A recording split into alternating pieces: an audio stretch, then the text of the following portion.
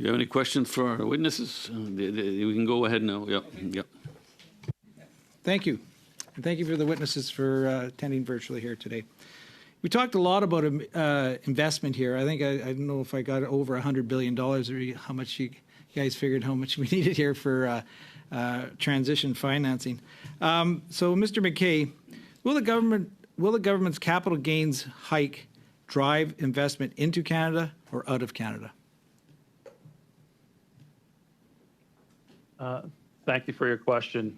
As you talk about investing in any country, investors look for certainty. They look for opportunity. And therefore, as you think about attracting capital, tax policy is very, very important. There's a number of ways of looking at tax policy at the end of the day, but tax policy is a big part of how we need to think about being competitive in the world. And you have to balance multiple facets, not just one facet. Capital definitely is needed to, if we want to transition properly, we need a lot of capital. So the tax hike on capital gains would you say be detrimental?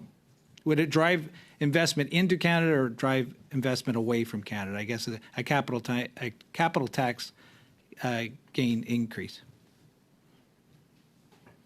To your point, we need $2 trillion of capital. I won't speculate what it will do or won't do at this time.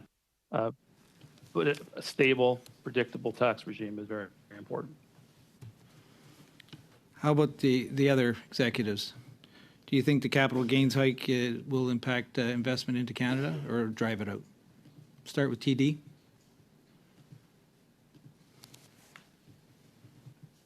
I mean, it's hard to model specifically, what each tax would do. I think the important point, I think Dave Mackay made it, is predictability and stability and understanding how taxes drive decisions. So, but this is early, this new tax, and what it will do, time will tell.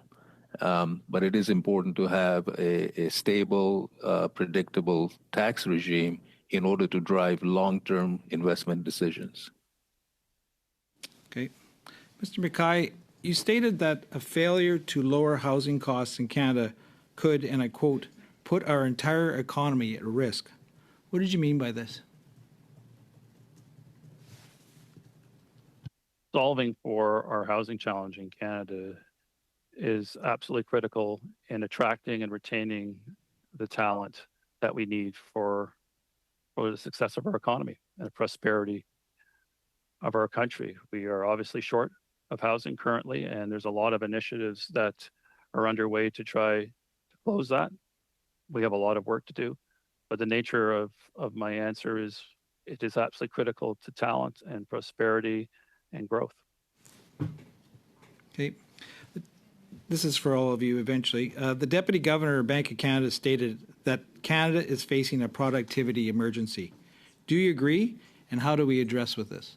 So, Mr. Mackay, I'll start with you, and then we'll go around the table.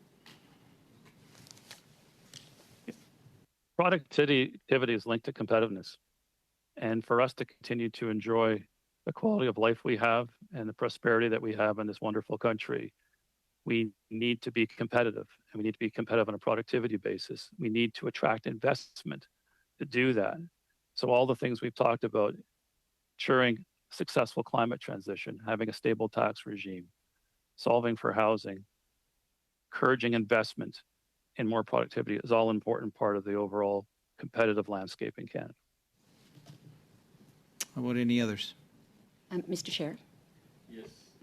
I'm sorry, I have a point of order. I was looking back to the motion of this study, and I do not understand the relevance of some of these questions to what our study is specifically about, which is the environment and climate impacts related to the Canadian financial system, including current practices in that sector having to do with environment and climate impacts, analysis of regulatory and legislative mechanisms we could put in place to ensure the financial regime aligns with the Paris Agreement and thus promote the reduction of inherent risks, namely physical and transition risks.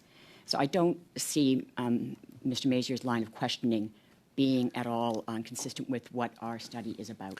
Well, his time's almost up anyway, but it is a bit of a stretch, but I mean, he is talking about capital flows and so on. Here we're talking so about that's why, major... excuse me, Mr. Major, that's why I would not rule it out of order, but it is a bit of a stretch, but you have about 10 seconds. These bank executives just asked for over $100 billion. We're talking about investments. Every penny that anybody makes in Canada is going to be needed under productivity. And of course, the Liberals would not want to talk about this. Thank you. Thank you. Mr. Van Couverden. Participate, and they're a big part of the solution. Thank you. We'll go to Mr. Cram now. And they are participating. We'll go to Mr. Cram. Okay, thank you, Mr. Chair. Thank you to all the witnesses for being here today and for sharing your financial institutions' decarbonization and net zero plans. I was wondering if each of the witnesses could share for the committee how much of your activities have been mandated by governments and how much of them have been voluntary at this point?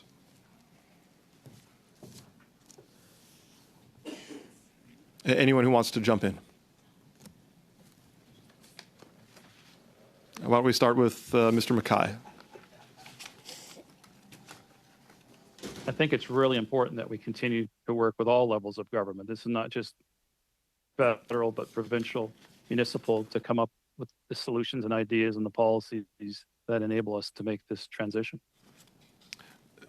But at this point, though, like the federal government hasn't imposed any of this. All of the decarbonization and net zero plans that you shared in your opening statements, that has all been voluntary at this point. Is that correct?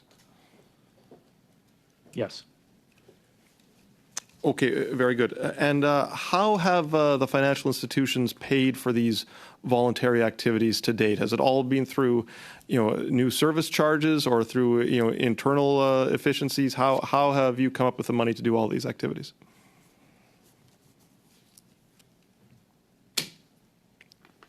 Why don't we start with Mr. Mackay?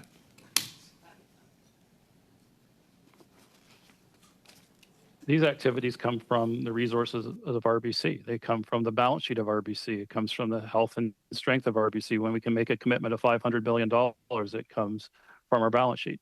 When we make a commitment of $15 billion on renewables and unprecedented, it comes from our balance sheet. When we make a commitment to the Climate Institute and the tens of millions of dollars we're investing in researching policy and researching ideas and helping Canadians understand how to take this journey smartly and inclusively, comes from our resources. Okay. Now, Mr. Mackay, earlier you spoke in favor of a standard taxonomy. Could you elaborate for the committee how that would work and who would pay for it? Sorry, the tax. Could you repeat your question? I didn't quite get it. Sorry. Yes, in an earlier question, you were asked about taxonomy, and you spoke out in favor of a standard taxonomy. How does it work? How much would it cost? Who would pay? The work has been ongoing for a number of years. It's a multi-industry group that's working with various levels of government to come up with recommendations and vetted through the Canadian government. So the cost is being absorbed by all the participants who are donating their time to come up with what is a very important part of the overall success of our journey. But that can all be done through Canada's financial institutions. There's no need for the federal government to mandate that. Would you agree?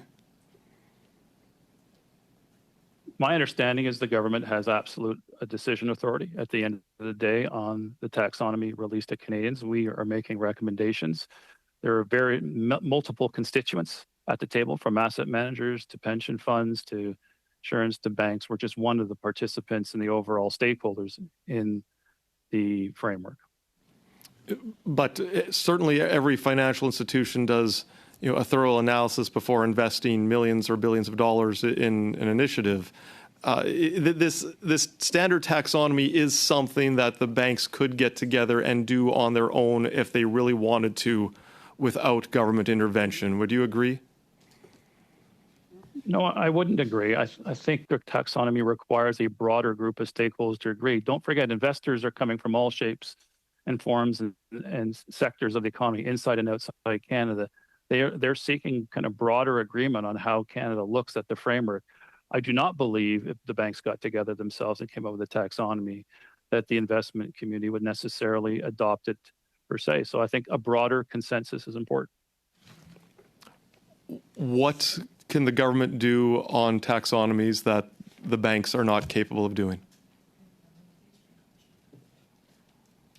The government is acting as a convener and helping bring us together, multi-sector, to try to find agreement where there's very differing views on some sectors. So they're convening, is multi-sector, and I think that's the very definition of a role of government, is to help convene on tough issues and think through policy and get input and make recommendations, and that's the process we're going through. It's not a simple task and outcome. Wouldn't it be fair to say that if there's difference of views among the financial institutions, there would also be a difference of views among the potential investors, and those differences of views would not necessarily go away just because the government says so, correct?